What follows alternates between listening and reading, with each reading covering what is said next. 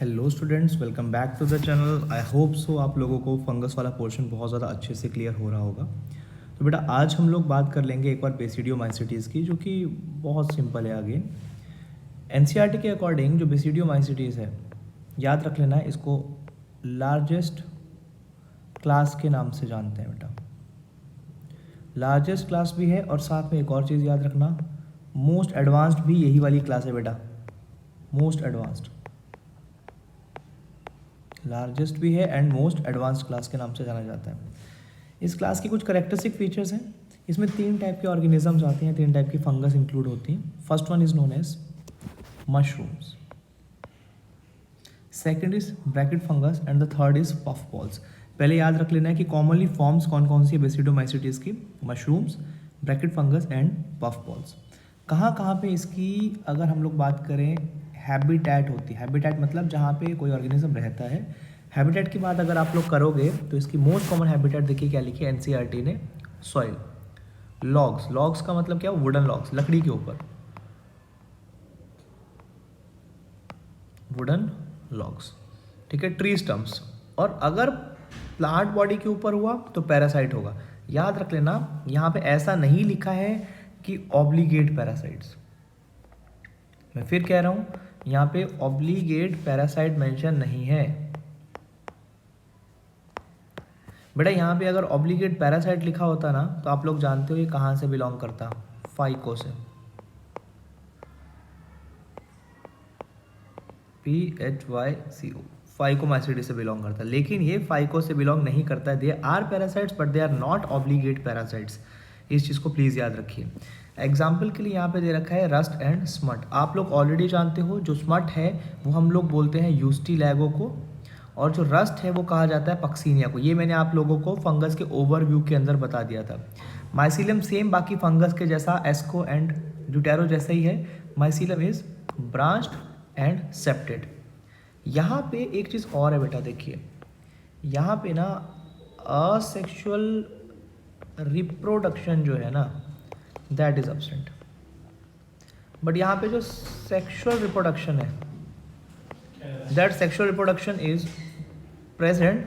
But यहाँ पे याद रख लेना जो सेक्स ऑर्गन्स है, सेक्स ऑर्गन्स जो हैं दे आर एब्सेंट। तो होगा क्या, 2 वेजिटेटिव हाइफी यहाँ पे सेक्सुअल रिप्रोडक्शन कराएगी। जैसे मैंने आप लोगों को फंगस के 3 स्टेप्स बताए थे रिप्रोडक्शन के, बस सेम वही वाले स्टेप्स। तो यहाँ क्या लिखा है, असेक्सुअल स्पोर्स तो यहाँ पे होते नहीं भाई। वेजिटेटिव रिप्रोडक्शन होगी तो सिर्फ किसके थ्रू होगी, फ्रेगमेंटेशन के थ्रू। सेक्स ऑर्गन्स यहाँ पे क्या है, एब्सेंट है। Plasmogamy is brought about by the fusion of 2 vegetative और सोमैटिक सेल्स। याद होगा तुम लोगों को मैंने कुछ इस तरीके से बताया था, 2 सोमैटिक होंगे, एक पॉजिटिव एक नेगेटिव वाला होगा। सेम वही वाला कॉन्सेप्ट है यहाँ पे, जो आप लोगों को फंगस की फर्स्ट लेक्चर के अंदर मैंने बताया था, ठीक है। तो यहाँ पे उनको वेजिटेटिव हाइफी के लिए दूसरा वर्ड याद रखना है, सोमैटिक हाइफी या सोमैटिक सेल्स हो गए। कई बार क्वेश्चन आता है कि जो दोनों हैं वो सेम स्ट्रेन्स के होंगे या डिफरेंट होंगे। देखो अगर दोनों प्लस प्लस है तो होगा ना सेम, लेकिन मैंने तो प्लस एंड माइनस बताया था तो डिफरेंट आएगा आंसर। अल्टीमेटली डाइकैरियोटिक माइसीलियम बनेगा। इसके बारे में भी शायद आप लोगों को थोड़ा बहुत पता होगा, मैंने बताया था आप लोगों को।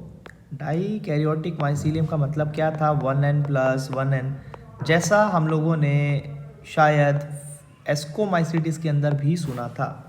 एस्को एंड बेसिडियोमाइसीटीज़ के अंदर करेक्टरिस्टिक फीचर होगी बेटा डाइकैरियोटिक माइसीलियम, याद रखिए इस चीज़ को, ठीक है। अगर कोई बोलता है कि माइसीलियम से क्या बनता है, देखो यहाँ से इंपॉर्टेंट है, जो डाइकैरियोटिक माइसीलियम है ये प्रोड्यूस करेगा fruiting body, that produces the fruiting body, और उस फ्रूटिंग बॉडी का नाम क्या होगा हमारे पास, बेसिडियम।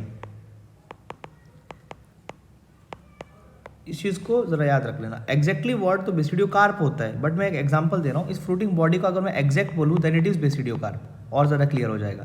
बेसिडियोकार्प, इस बेसिडियोकार्प के अंदर क्या प्रेजेंट है, बेसिडियम, और इस बेसिडियम के ऊपर क्या प्रेजेंट है, बेसिडियोस्पोर्स। मतलब जो एस्कोस्पोर्स थे तुम लोगों ने कहा था वो पाउच लाइक स्ट्रक्चर में बनते थे, वो एंडोजिनस थे।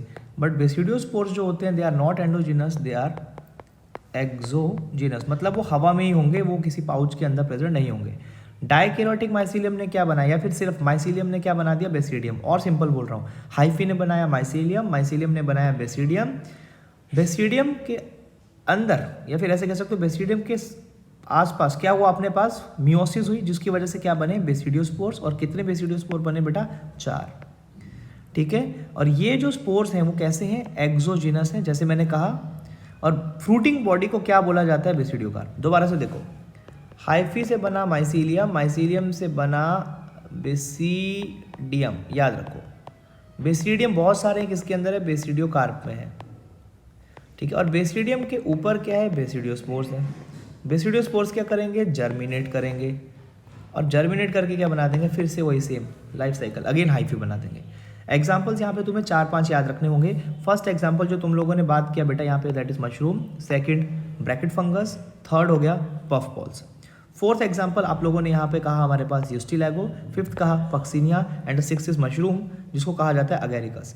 याद रख लेना, मोरल्स एंड ट्रफल्स भी फंगस है, बट वो हमारे पास यहाँ से बिलोंग नहीं करती, that belongs to the ascomycetes. वो दिखने में अगेरिकस जैसी होंगी, बट वो बेसिडियोमाइसिटीज के मेंबर नहीं है। होपफुली एक शॉर्ट सा ओवरव्यू आप लोगों को समझ आ गया होगा बेटा।